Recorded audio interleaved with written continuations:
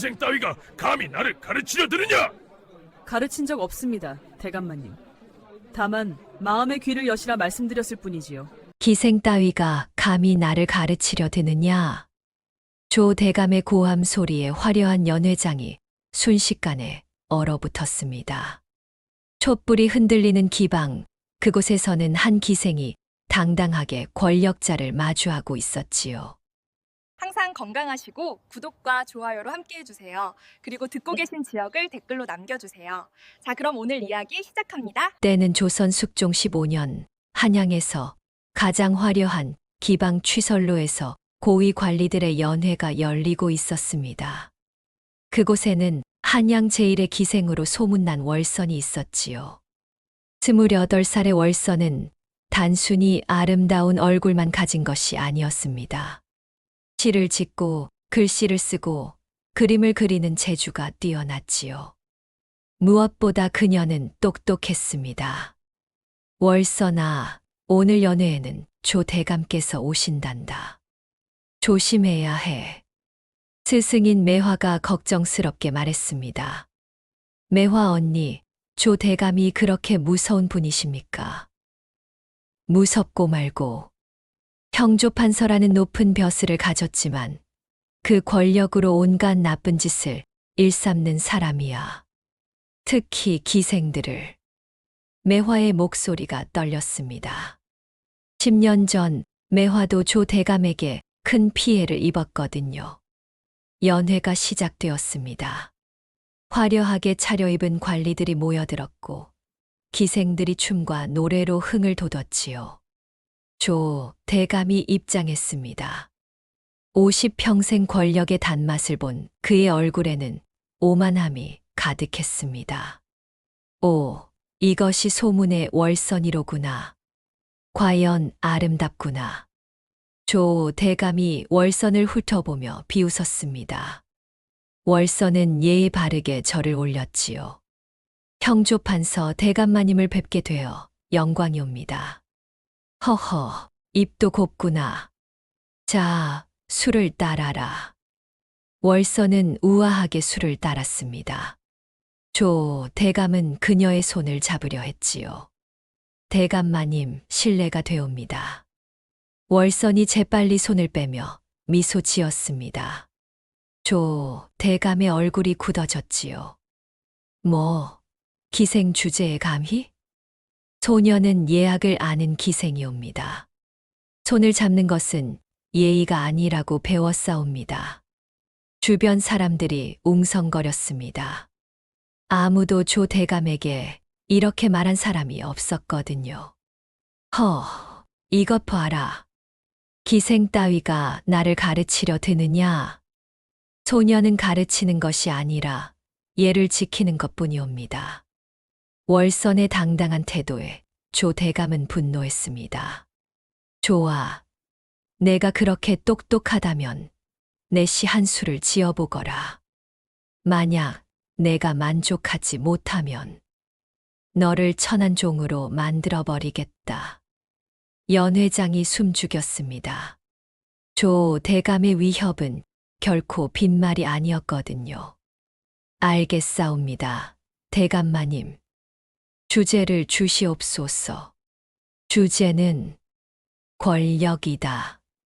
조 대감이 교활하게 웃었습니다. 권력을 찬양하는 시를 지으라는 것이었지요. 하지만 월선은 당황하지 않았습니다. 그녀는 붓을 들었지요. 월선의 붓이 종이 위를 미끄러졌습니다. 연회장의 모든 사람이 숨을 죽이고 지켜보았지요. 잠시 후 월선이 시를 완성했습니다. 권력은 높은 곳에 있으나 그 무게는 백성의 어깨에 있고 진정한 힘은 칼에 있지 않고 백성의 마음에 있도다. 연회장이 조용했습니다. 월선의 시는 권력을 찬양하는 것이 아니라 권력의 본질을 꼬집는 내용이었거든요. 조 대감의 얼굴이 붉어졌습니다. 이것이 무슨 시냐? 내가 권력을 찬양하라고 했지. 비판하라고 했느냐? 대감마님, 소녀는 권력에 대해 시를 지으라 하셨기에 권력의 진시를 썼을 뿐이옵니다. 거짓을 쓰는 것은 시인의 도리가 아니지 않습니까? 주변 선비들이 고개를 끄덕였습니다. 월선의 말이 옳았거든요. 감히 말대꾸를. 좋아. 그럼 이번엔 그림을 그려보거라. 주제는 충성이다. 조 대감은 이번에야말로 월선을 꺾을 생각이었습니다.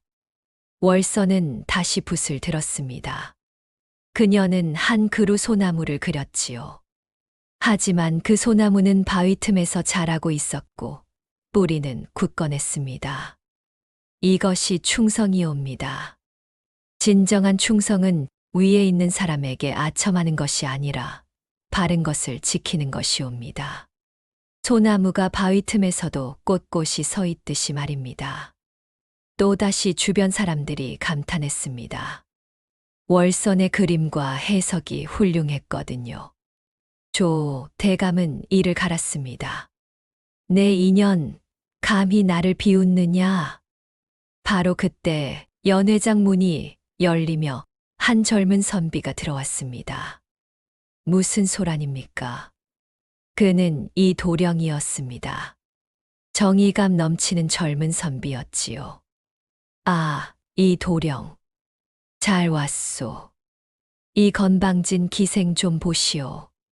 조 대감이 화를 냈습니다. 하지만 이 도령은 월선의 시와 그림을 보고 감탄했지요. 이것은 정말 훌륭한 작품입니다. 시와 그림 모두 진리를 담고 있습니다. 뭐라고? 이 도령, 자네도 이 기생 편을 드는 것이오? 편을 드는 것이 아니라 진실을 말하는 것입니다. 이 작품들은 정말 뛰어납니다. 조 대감은 분노로 떨었습니다. 좋아. 그렇다면 내가 직접 이 기생을 벌하겠다. 다음 날 조 대감은 교활한 계획을 세웠습니다. 월선 그년을 그냥 둘 수 없어. 전연이 나를 우습게 봤어. 조 대감의 신복이 물었습니다. 대감마님, 어찌하시렵니까? 간단하지. 전연에게 누명을 씌우는 거야. 왕실 보물을 훔쳤다고 하면 어떨까? 하지만 증거가 없지 않습니까? 증거는 만들면 되지. 조 대감은 왕실에서 보관하던 옥비녀를 몰래 훔쳐 월선의 방에 몰래 숨겨 놓았습니다. 며칠 후 왕실에서 옥비녀가 사라졌다는 소식이 퍼졌습니다. 대역죄다. 왕실 보물을 훔친 자를 잡아라. 조 대감이 앞장서서 수색을 지휘했습니다. 그리고 예상대로 월선의 방에서 옥비녀가 발견되었지요. 이것은 소녀가 훔친 것이 아니옵니다. 월선은 억울함에 떨었습니다. 증거가 내 방에서 나왔는데 무슨 변명이냐? 너를 당장 옥에 가두겠다. 월선은 체포되어 옥에 갇혔습니다. 스승 매화와 동생 춘향이 울며 찾아왔지요. 월선아, 이게 무슨 일이냐?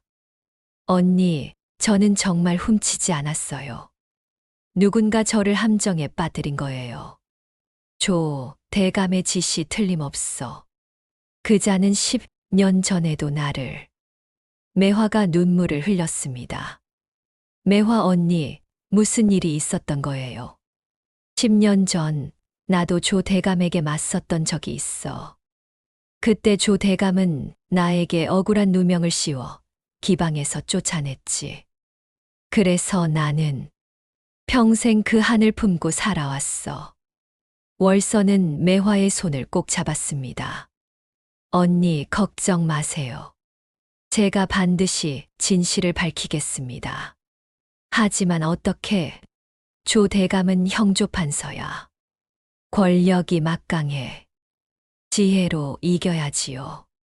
힘으로는 이길 수 없지만 지혜로는 이길 수 있습니다. 그날 밤 월선은 옥중에서 계획을 세웠습니다. 그녀는 이 도령에게 비밀 편지를 보냈지요. 이 도령, 제가 억울합니다. 하지만 제게는 계획이 있습니다. 도와주십시오. 편지를 받은 이 도령은 고민했습니다. 조 대감의 권력이 두려웠지만 정의를 외면할 수도 없었지요. 좋아. 월선을 돕겠어. 그녀는 결백해. 이 도령은 월선의 편지에 따라 움직이기 시작했습니다. 먼저 매화를 찾아갔지요. 매화 나인, 월선이 계획이 있다고 합니다. 우리가 도와야 합니다. 하지만 조 대감의 힘이 너무 강합니다. 그래도 해야 합니다. 정의를 위해서. 매화는 망설이다가 결심했습니다. 알겠습니다. 10년 전 내한을 풀 기회이기도 하니까요. 다음으로 이 도령은 한상인을 찾아갔습니다. 한양제일의 비단 상인으로 조 대감의 비리를 알고 있는 사람이었지요. 한상인 어르신 도움이 필요합니다. 이 도령, 무슨 일이신가? 월선이 억울한 누명을 쓰고 옥에 갇혔습니다. 조 대감의 음모입니다. 한상인은 고개를 끄덕였습니다. 그럴 줄 알았네. 조 대감은 예전에도 그런 짓을 많이 했지. 나도 피해를 본 적이 있어. 그렇다면 도와주시겠습니까? 물론이지. 월선은 좋은 사람이야. 그리고 나도 조 대감에게 빚이 있거든. 이렇게 월선을 돕는 사람들이 모이기 시작했습니다. 매화, 이 도령, 한상인, 그리고 월선을 아끼는 다른 기생들까지. 한편 옥중의 월선은 춘향을 불렀습니다. 춘향아, 내가 시키는 대로만 해줘. 네, 언니. 무엇을 하면 되나요?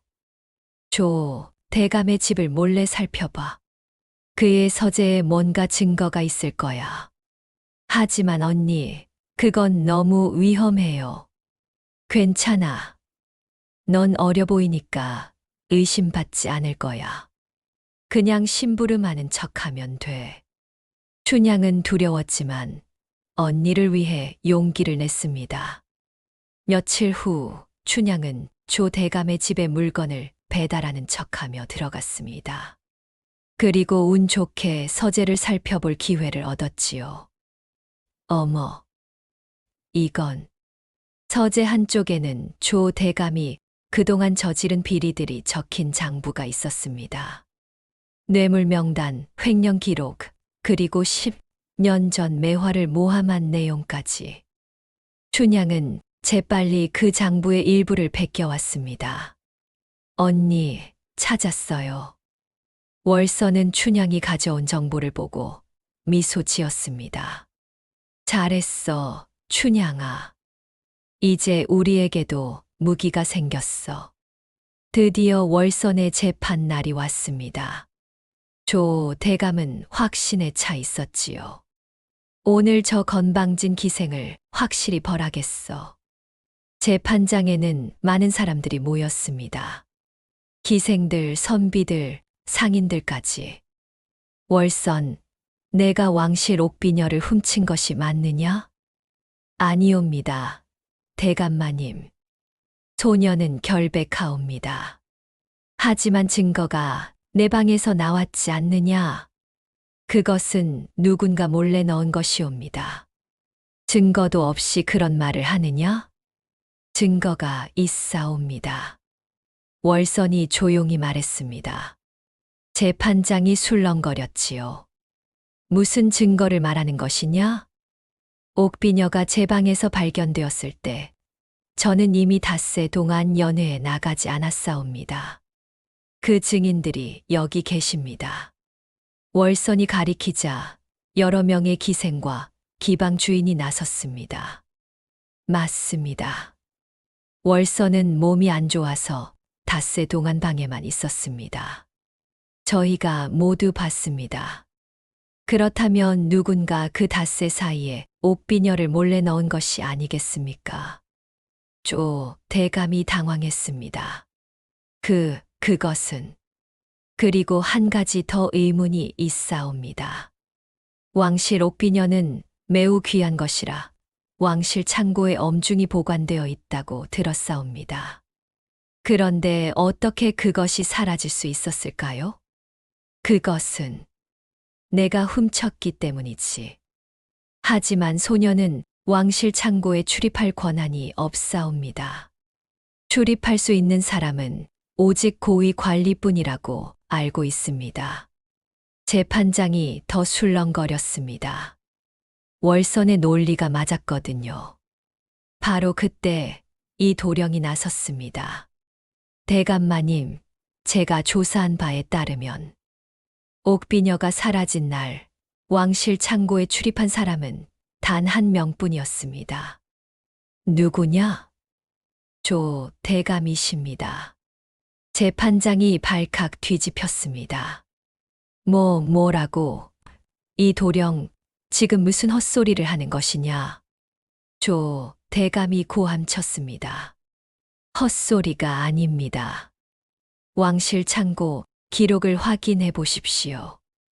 왕실 창고 기록이 가져와졌습니다. 그리고 정말로 조 대감의 이름이 적혀 있었지요. 이것은 나는 공무로 들어간 것이다. 무슨 공무였습니까? 이 도령이 물었습니다. 그것은 왕실 물품을 점검하려. 하지만 옥비녀는 왕실 여인들의 물품입니다. 형조판서께서 왜 여인들의 물품을 점검하셨습니까? 조 대감은 말문이 막혔습니다. 바로 그때 한 상인이 나섰습니다. 대감마님, 제가 한 가지 여쭤봐도 되겠습니까? 무엇이냐? 대감께서는 최근 많은 빚을 지셨다고 들었습니다. 그 빚을 갚기 위해 왕실 물품을 훔쳐 팔려고 하신 것은 아닙니까? 무슨 소리냐? 증거도 없이. 증거가 있습니다. 한 상인이 장부를 꺼냈습니다. 이것은 대감께서 빚을 진 목록입니다. 그리고 이것은 대감께서 최근 비밀리에 옥비녀를 팔려고 했다는 증인의 진술입니다. 조 대감의 얼굴이 새하얗게 변했습니다. 이것은 모함이다. 하지만 증거는 명백했습니다. 재판관들도 의심의 눈초리로 조 대감을 바라보았지요. 그때 매화가 앞으로 나왔습니다. 저에게도 할 말이 있사옵니다. 누구냐? 소녀는 매화라는 기생이옵니다. 10년 전 조 대감께 억울한 일을 당했사옵니다. 무슨 소리냐? 10년 전 소녀도 조 대감께 맞섰다가 누명을 쓰고 기방에서 쫓겨났사옵니다. 조 대감께서는 그때도 같은 수법을 쓰셨지요. 물건을 몰래 제 방에 넣고 제가 훔쳤다고 하셨습니다. 증거가 있느냐? 있습니다. 매화가 낡은 편지를 꺼냈습니다. 이것은 당시 조 대감의 신복이 저에게 보낸 협박 편지입니다. 입을 다물면 살려주겠다는 내용이지요. 편지의 필적을 확인한 결과 정말로 조 대감의 신복이 쓴 것이었습니다. 재판장은 완전히 조 대감에게 불리하게 돌아갔습니다. 조 대감, 이 모든 증거를 보고도 부인하시겠습니까? 조 대감은 땀을 뻘뻘 흘렸습니다. 소식은 왕에게까지 전해졌습니다. 왕은 직접 조사를 명했지요. 짐이 직접 이 일을 살피겠다. 조 대감과 월선을 모두 불러들이라. 대전에서 왕 앞에 신문이 시작되었습니다. 월선, 내가 정말 결백하다는 것이냐? 그렇사옵니다, 전하. 소녀는 왕실 옥비녀를 훔치지 않았사옵니다. 조 대감, 그대는 어찌 생각하느냐? 전하, 이것은 모두 음모입니다. 저 기생년이 저를 모함하는 것이옵니다. 하지만 증거가 많지 않으냐? 왕이 증거들을 살펴보았습니다. 창고 기록, 빈 목록, 매화의 증언, 모든 것이 조 대감에게 불리했지요. 조 대감, 그대가 정말 왕실 물품을 훔쳐 빚을 갚으려 했다는 것이냐? 아, 아니옵니다, 전하. 하지만 조 대감의 변명은 설득력이 없었습니다. 바로 그때 월선이 무릎을 꿇고 아뢰었습니다. 전하, 소녀가 한 가지 더 아랠 것이 있사옵니다. 말해보거라. 조 대감께서는 지난 10년간 수많은 비리를 저질러 왔사옵니다. 뇌물을 받고 무고한 사람들에게 누명을 씌우고 권력을 남용해 왔사옵니다. 증거가 있느냐? 월선이 춘향이 베껴온 장부를 내밀었습니다. 이것은 조 대감의 서재에서 발견한 비리 장부의 일부입니다. 왕이 장부를 보고 경악했습니다. 이것이 사실이냐? 장부에는 수많은 관리들의 이름과 뇌물 금액이 적혀 있었습니다. 왕도 몰랐던 엄청난 부정부패였지요. 조 대감, 이것이 대체 무엇이냐? 전하, 그것은. 조 대감은 더 이상 변명할 수 없었습니다. 증거가 너무나 명백했거든요. 조 대감, 그대는 형조판서의 직위에 있으면서 오히려 법을 어기고 백성을 괴롭혔구나. 용서할 수 없다. 왕은 분노했습니다. 조 대감의 모든 관직을 박탈하고 재산을 몰수한다. 그리고 귀양을 보내라. 전하.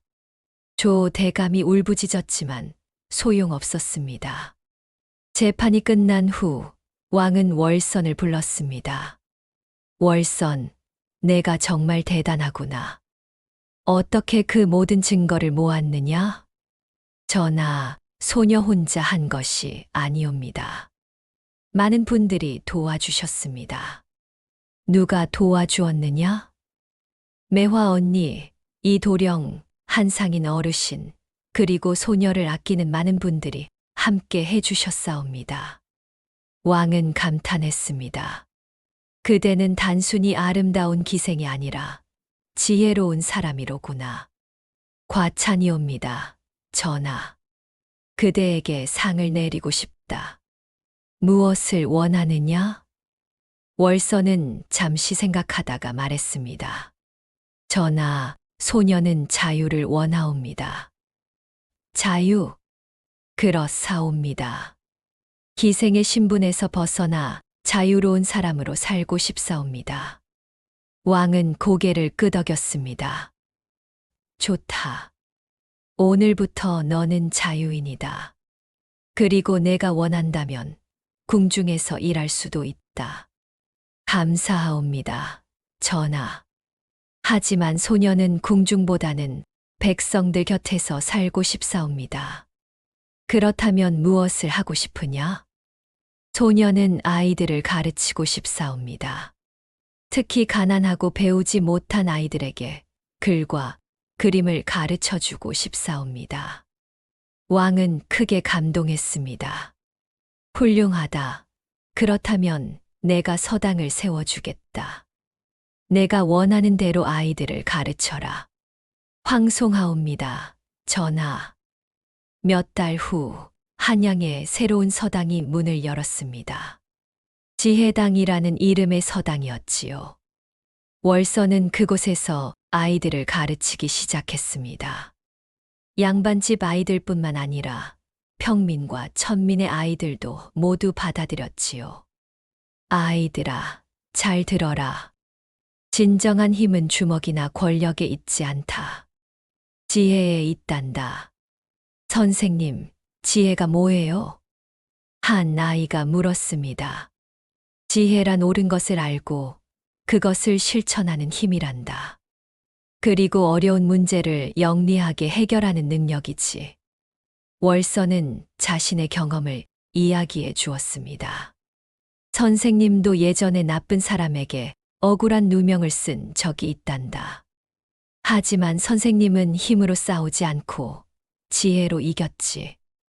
어떻게요?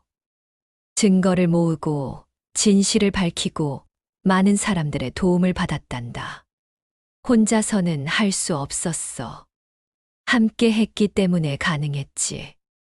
아이들은 월선의 이야기에 귀 기울였습니다.